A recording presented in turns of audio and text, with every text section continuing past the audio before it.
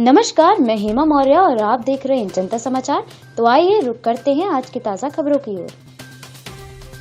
देश में petrol diesel के साथ साथ रसोई गैस की कीमतों में हुई भारी भरकम बढ़ोतरी के खिलाफ क्षेत्र के कांग्रेस कार्यकर्ताओं ने केंद्र सरकार के खिलाफ नारेबाजी करते हुए पुतला फूंका। यहाँ युवा कांग्रेस नगर अध्यक्ष सूरज राय के नेतृत्व में दर्जनों कांग्रेस कार्यकर्ताओं ने मस्तान पेट्रोल पंप के समीप देश में बढ़ती पेट्रोल डीजल की कीमतों के खिलाफ केंद्र सरकार के खिलाफ नारेबाजी करते हुए पुतला फूंका, जिसमें कांग्रेसियों ने आरोप लगाते हुए कहा कि रसोई गैस की कीमतों में एक माह से बढ़ोतरी आम गृहिणी के बजट पर डाका है। इधर सूरज राय ने कहा कि जब से मोदी सरकार आई है कमर तोड़ महंगाई है। गैस की मूल्य एक महीने में 100 रुपए बढ़ गए। ऐसा लगता है सरकार गैस टंकी में आग लगा रही है। पेट्रोल डीजल के मूल्य कच्चे तेल के मूल्य की तुलना में आसमान छू रहे हैं। 22 रुपए लीटर में तैयार होने वाला पेट्रोल डीजल 90 रुपए लीटर बिक रहा है। मोदी सरकार टैक्स के नाम पर हर आदमी को लूट रही है। उन्होंने कहा कि केंद्र की मोदी सरकार जनता के साथ किए गए सभी वायदों को भूल चुकी है। उन्होंने कहा कि देश में हर वर्ष 2 करोड़ रोजगार देने का सपना दिखाकर युवाओं को भाजपा नेताओं ने चुनावों के समय गुमराह किया है तथा तेल के बढ़ते दामों पर केंद्र की मोदी सरकार ने देश के हर वर्ग को ठगा है। उन्होंने कहा कि जिस तरह से पेट्रोल डीजल की कीमतों में वृद्धि हुई है उससे आम जनमानस में सरकार के खिलाफ काफी आक्रोश है। उन्होंने केंद्र सरकार से तुरंत बड़ी तेल कीमतों को वापस लेने की मांग की। जैसा कि सभी को पता है, पूरे देश में, हमारा प्रदेश हो चाहे पूरा देश हो, कच्चा तेल के नाम पर लोगों को मूर्ख बनाया जा रहा है और डीजल, पेट्रोल और रसोई गैस के दाम रोज बढ़ाए जा रहे हैं। पिछले 2 हफ्तों में रसोई गैस के 190 रुपये बढ़ा दिए गए और पेट्रोल डीजल लगातार हर रोज हर दूसरे दिन 2 रुपये 3 रुपये करते हुए पेट्रोल की कीमत आज 90 रुपये पहुंच चुकी है और डीजल 80-85 रुपये पहुंच चुका है, जो कि 100 का आंकड़ा पार करने वाला है। और इसकी सुध लेने वाला कोई नहीं है, न राज्य सरकार न प्रदेश सरकार, जिसके विरोध में आज यूथ कांग्रेस ने यहाँ पुतला दहन किया।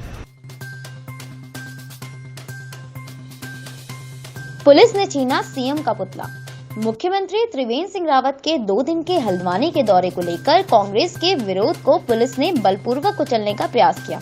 हल्द्वानी के बुद्ध पार्क में मुख्यमंत्री का पुतला फूंकने जा रहे कांग्रेस के कार्यकर्ताओं को पहले पुलिस ने रोकने की कोशिश की, लेकिन जब वह नहीं माने तो पुलिस ने बलपूर्वक उनसे मुख्यमंत्री का पुतला छीन लिया। इस दौरान पुलिस की कांग्रेसी कार्यकर्ताओं से नोकझोंक और धक्का मुक्की भी हुई। कांग्रेस नेता हेमंत साहू ने आरोप लगाया कि मुख्यमंत्री राज के विकास को लेकर हर तरफ नाकाम नजर आ रहे हैं, लेकिन जब भी विपक्ष मुख्यमंत्री के दौरे का विरोध करता है तो मुख्यमंत्री पुलिस को हथियार बनाकर विपक्ष की आवाज को दबाने का प्रयास कर रहे हैं। लेकिन वे अपने इस मकसद में कामयाब नहीं हो पाएंगे, क्योंकि हल्द्वानी में ISBT स्टेडियम, चिड़ियाघर और रिंग रोड जैसी घोषणाओं को करने के बाद इन योजनाओं पर काम आज तक आगे नहीं बढ़ पाया है, जो राज्य सरकार की नाकामी है। हालांकि जिस स्थान पर कांग्रेस कार्यकर्ता मुख्यमंत्री का पुतला फूंकने जा रहे थे वह स्थान प्रशासन द्वारा धरना प्रदर्शन के लिए निर्धारित किया गया है। पुलिस ने विपक्ष के हाथों से पुतला क्यों छीना, इस पर पुलिस कोई साफ जवाब नहीं दे पाई और उन्होंने कहा कि आला अधिकारियों से जिस तरह के दिशा निर्देश मिले हैं वह अपनी कार्रवाई कर रहे हैं। पुलिस ने आपका पुतला दहन किया है, पुतला छीना है, आपका अधिकार है कि आप विरोध कर सकते हैं, वो भी अनुमन्य स्थल पे। लोकतंत्र का हनन कर रही है त्रिवेंद्र रावत सरकार पुलिस का सहारा लेकर, जिसका कांग्रेस पार्टी घोर विरोध करती है। हम मांग करते हैं ऐसे तानाशाह सीएम को हल्द्वानी में आने की कोई जरूरत नहीं है।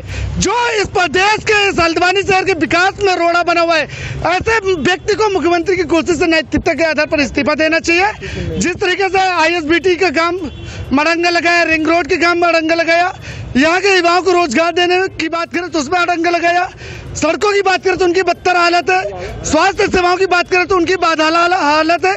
तो सरकार नाम के इस प्रदेश के अंदर कोई चीज नहीं बची। सीएम साहब बेवजह के दौरे कर रहे हैं, जिससे जनता के धन की बर्बादी हो रही है, जो कि प्रदेश हित के लिए बिल्कुल। त्रिवेंद्र सिंह रावत सरकार जब डरती है पुलिस का सहारा लेती है, पुलिस को आगे करती है। पुलिस के साथियों से कहना चाहता हूँ, ये त्रिवेंद्र सिंह रावत सरकार की विधायिका है। आप क्या करने जा रहे थे? आज क्या करने जा रहे थे? हम लोग यहाँ पर पुतला दहन करने के लिए आए थे, समस्त कांग्रेस जन, और हम उचित स्थान पर जहाँ पर सरकार ने चयनित किया स्थान, वहाँ पर पुतला दहन करने के लिए आए थे। उसमें भी हमें रोका गया, जिसका हम विरोध करते हैं। बाइट देने का अधिकार, बाइट देने स्थल है धरने का अधिकार है, कर रहे हैं, आपने उनको रोका है, पुतला उनका छीना है। क्यों आपको बाइट लेना है तो ये हमारे गेस्टेड ऑफिसर देंगे।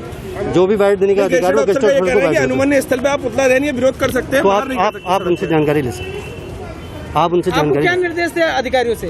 ये मुझे आपको बताना नहीं है। आप जो आपको कोई ऐसा डाउट लग रहा है कि हमने कोई गलत किया है तो आप बाइट अधिकारियों से ले सकते हैं, ठीक है। इसमें बाइट देने का अधिकार जीओ को है, हमें नहीं है। मैं नॉन जीओ अधिकारी। ये अनुमन्य स्थल है विरोध का?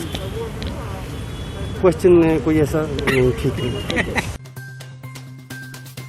लालकुआ कृषि कानूनों के विरुद्ध में संयुक्त किसान मोर्चे की ओर से देश भर में जारी ट्रेन रोको आंदोलन को लेकर रेलवे पुलिस पूरी तरह अलर्ट है। बताते चले कि रेल रोको आंदोलन पर लालकुआ रेलवे पुलिस प्रशासन पूरी तरह सतर्क है। वहीं आंदोलनकारियों से निपटने के लिए रेलवे पुलिस ने विशेष तैयारी कर रखी है।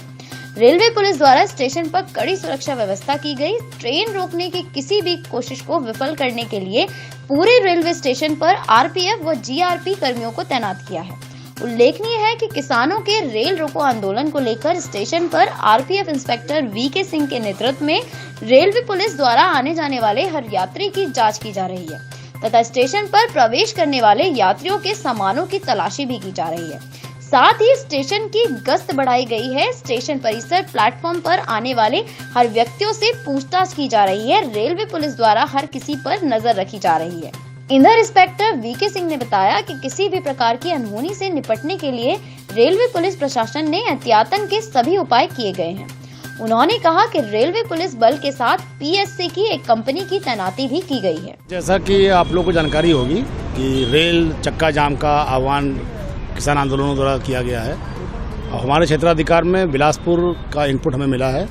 वहाँ पे करीब 55 जवान तैनात किए गए हैं, जिसमें पीएससी, पुलिस और जीआरपी, आरपीएफ के लोग शामिल हैं। बाकी हम लोगों ने क्विक रिस्पांस टीम बना करके किसी भी तरह के इवेंचुअलिटी कैजुअलिटी को मिट आउट करने के लिए एक स्ट्राइक फोर्स रखा हुआ है, ताकि कोई भी किसी प्रकार का परिचालन पे प्रभाव न पड़े। लालकुआ में आप देख रहे होंगे कि हमने पूरा स्टेशन सील कर रखा है यहाँ पे, और जवान हर जो भी एंट्री और एग्जिट पॉसिबल हैं उन सबों को सील किया गया है। अगर कोई यहाँ आएगा तो उसके खिलाफ कार्रवाई रेलवे एक्ट के तहत की जाए। मुख्यमंत्री पहुंचे हल्द्वानी एफटीआई सभागार में सीएम त्रिवेंद्र रावत ने पार्टी कार्यकर्ताओं और पदाधिकारियों के साथ संवाद स्थापित किया। इस दौरान मीडिया से बात करते हुए मुख्यमंत्री त्रिवेंद्र रावत ने कहा कि कार्यकर्ताओं के साथ भाजपा हमेशा से संवाद के कार्यक्रम करती रही है, पर आज उनके रात्रि प्रवास के दौरान पार्टी कार्यकर्ताओं पदाधिकारियों से हर मुद्दे पर बातचीत की गई है। वहीं सीएम त्रिवेंद्र रावत ने कहा कि गैरसैंण में सरकार अपना बजट रखेगी। 4 मार्च को सरकार सदन के पटल पर बजट रखने जा रही है। गैरसैंण के विकास को लेकर प्रदेश के हर क्षेत्र में विकास के कार्य को करना सरकार की प्रतिबद्धता में शुमार है। वहीं चमोली आपदा पर सीएम त्रिवेंद्र रावत ने कहा कि आपदा में अभी तक रेस्क्यू टीम ने 61 शवों को बरामद कर लिया है। शवों को निकालना आज भी बड़ी चुनौती है, जिस पर लगातार काम किया जा रहा है। भविष्य में सरकार इन जगहों पर किस तरह से बेहतर काम कर सकती है, इस पर भी अधिकारियों से चर्चा की जाएगी। वहीं राज्य मंत्री धन सिंह रावत का कहना है कि 18 मार्च को सरकार के 4 साल पूरे हो रहे हैं। सीएम अभी तक 9 जिलों का भ्रमण कर चुके हैं। सरकार के मंत्री भी लगातार जनपदों में भ्रमण कार्यक्रम करने में लगे हुए हैं, ताकि विकास से जुड़े तमाम कार्यों को पूरा किया जा सके और पार्टी कार्यकर्ताओं से सीधा संवाद स्थापित किया जा सके। वहीं नैनीताल विधायक संजीव आर्य और केएनवीएन के उपाध्यक्ष रेणु अधिकारी का कहना है कि मुख्यमंत्री लगातार विधायकों और जनप्रतिनिधियों के साथ बातचीत करके उनके क्षेत्र और उनके विभाग से जुड़ी समस्याओं को सुन रहे हैं और यह कोशिश की जा रही है कि रुके हुए विकास के कार्य और भविष्य में होने वाली कार्य योजना के लिए अधिक से अधिक बजट को पूरा किया जा सके और काम किया जा सके। प्रतिनिधि हमारी सीएम साहब के साथ बैठक है, क्योंकि वो लोग हमारी जो भी डिपार्टमेंट से, जैसे मेरे पास कुमाऊं मंडल है, जिसके बाद जो भी दायित्व हमारे सरकार द्वारा दिए गए हैं, हमारी जो भी हमारी प्रॉब्लम्स हैं उसको हम लोग उनके आगे रखेंगे। और वैसे तो मैं कहना चाहूँगी कि माननीय मुख्यमंत्री जी को धन्यवाद दूंगी, क्योंकि जब कोरोना टाइम चल रहा था उस समय पूरे प्रदेश में, क्या पूरे देश की अगर मैं बात करूँ तो अर्थव्यवस्था पूरी तरह से चरमराई हुई थी। और हमारे देश के प्रधानमंत्री जी और सीएम साहब को मैं बहुत धन्यवाद दूंगी, क्योंकि हमें हमारे कुमाऊं मंडल को उन्होंने 2 करोड़ की जो धनराशि दी और हमें पूरी तरह से आर्थिक रूप से मदद की गई, इसके लिए मैं धन्यवाद दूंगी। लेकिन मैंने देखा कि जो भी मेरे विभाग में किसी तरह की प्रॉब्लम आती है 4 विंग्स में, मैं जब भी सीएम साहब के पास गई, उन्होंने न सिर्फ मेरे डिपार्टमेंट को जितने भी दायित्वधारी सबको कोऑपरेट किया, इसके लिए मैं हृदय की गहराई से उनको धन्यवाद भी दूंगी। और जो छोटी मोटी समस्याएं, जैसे कि हमारे पास एक हमारा बोर्ड में भी प्रस्ताव एक पास हुआ था कि जितने भी हमारे 600 कर्मचारी हैं संविदा में, उनको हम परमानेंट करेंगे और उसके बाद जो उनका सैलरी है वो भी इंक्रीमेंट होगा। तो उसको हम हमने बोर्ड में प्रस्ताव में पास कर दिया है और हमने माननीय मुख्यमंत्री जी से हम इसलिए भी उसको राय लेंगे और इसके लिए उनके एक सुझाव भी मांगेंगे कि ये किस तरह से हमें करना चाहिए। ये हम डिसीजन ले रहे हैं क्योंकि जब भी उन्होंने मुझे पोस्ट दी तो मैंने उनसे यही बोला कि आप जिस तरह से मुझे पोस्ट दे रहे हैं मैं निष्ठावान तरीके से होमवर्क करूंगी और पूरी तरह से जो भी हम बड़े कार्य करेंगे आपके संज्ञान में डालेंगे। उसके बाद हम हमारी जो चंपावत में जमीन है उसको सेल आउट करके पेट्रोल पंप जो हम 20 खोलने जा रहे थे और सबसे बड़ी बात है उनके आशीर्वाद से 3 पेट्रोल पंप के लिए हम सैंक्शन हमको मिल चुकी है।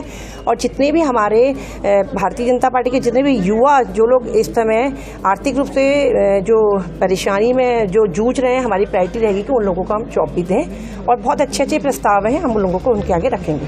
मुख्यमंत्री जी का 2 दिवसीय कार्यक्रम है नैनीताल जनपद का। हमारे जितने भी कार्यकर्ता हैं उनसे वो भेंट वार्ता कर रहे हैं। उसके बाद वो जनप्रतिनिधियों के साथ बैठेंगे। कल सर्किट हाउस में सुबह जिले की समीक्षा बैठक भी है और उसके बाद कोई लोकार्पण कार्यक्रम है। स्वाभाविक रूप से जिले की जो हमारी समीक्षा बैठक होनी है जनप्रतिनिधियों के साथ भी वो बैठेंगे।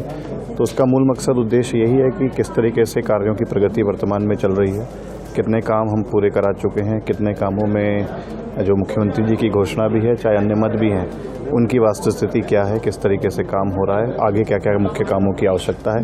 तमाम इन विषयों पर कार्यकर्ताओं की समस्याओं से लेकर कार्यकर्ताओं की कोई व्यक्तिगत अगर समस्याएं हैं उनको भी आज वो सुन रहे हैं।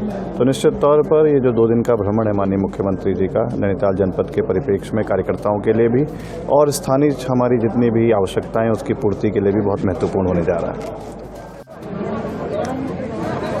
देखिए, हमारी सरकार को 18 मार्च को 4 साल होने वाले हैं और सभी मंत्री लोग अपने प्रभारी जिलों में 3 प्रोग्राम हमने मंत्रियों को भी दिए हैं और हर जिले में मुख्यमंत्री भी जा रहे हैं। एक तो कार्यकर्ताओं के साथ संवाद है, फिर विकास कार्यों की समीक्षा है और फिर एक सार्वजनिक कार्यक्रम हम लोगों ने दिए हैं और मुख्यमंत्री जी अभी तक 9 जिलों का भ्रमण कर चुके हैं। आज नैनीताल ज़िले में हैं और इसके बाद फिर उनके 3 जिले और हैं। तो मैं कह सकता हूं कि जो बीजेपी की सरकार की कार्यशैली है और इसमें कार्यकर्ताओं से बातचीत करना, जनता से बात करना, फिर अधिकारियों से बात करना और मैं कह सकता हूं कि 2022 में पूर्ण बहुमत की सरकार फिर भाजपा की बनने वाली है। देखिए, सब जो मदद जो की जा रही है वो तो उनको किया ही जा रहा है, लेकिन आज भी हमारी जो सबसे बड़ी चिंता है कि अभी तक हमको लगभग 60-61 शव ये बरामद हुए हैं। उन सबों को बरामद करना हमारे लिए एक बड़ी चुनौती है। सर, आगे के लिए कोई रणनीति बनाने की जरूरत नहीं पड़ी? निश्चित रूप से उसके लिए भविष्य में कैसे हम इनसे बचा जा सकता है उसके लिए अधिकारी को निर्देशित किया है। बजट भी गैरसैंण में ही हुआ था, लेकिन कोविड के कारण जो अंतिम 2 दिन थे हमको मध्य सत्र में निर्णय लेना पड़ा कि उसको देहरादून में करना चाहिए और ग्रीष्मकालीन राजधानी गैरसैंण है, इसलिए ये ग्रीष्मकालीन जो हमारा सत्र है वो वहाँ पर हम कर रहे हैं और जो बजट सत्र है वो वहाँ पर संपन्न होगा। मैं समझता हूँ कि प्रदेश की जनता और जनता से जो वायदा हमने किया था उसको हम पूरा कर रहे हैं। किसान आंदोलन में जा रहे किसानों का टोल माफ कराने को प्रदर्शन देवरिया से टोल प्लाजा पर बड़ी संख्या में पहुंचे। किसान और कांग्रेसी आज NH 74 पर स्थित टोल प्लाजा पर बड़ी संख्या में पहुंचे।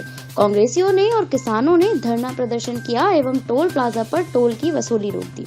इस दौरान हजारों गाड़ियां टोल प्लाजा से बिना टोल दिए ही चली गईं, जिससे सरकार को लाखों रुपए का राजस्व की हानि हुई। इस दौरान सीओ सुरजीत कुमार भारी पुलिस बल के साथ मौके पर पहुंचे और उन्होंने प्रदर्शन कर रहे किसानों को समझाने का प्रयास किया, किंतु किसान अपने प्रदर्शन में डटे रहे। अधिक जानकारी के लिए देखते रहें जनता समाचार। अगर आप हमारे न्यूज चैनल को सोशल मीडिया के फेसबुक पेज पर देख रहे हैं तो इसे लाइक करें और अगर यूट्यूब चैनल पर देख रहे हैं तो आज ही हमारा चैनल सब्सक्राइब करें व बेल आइकन दबाएं। धन्यवाद।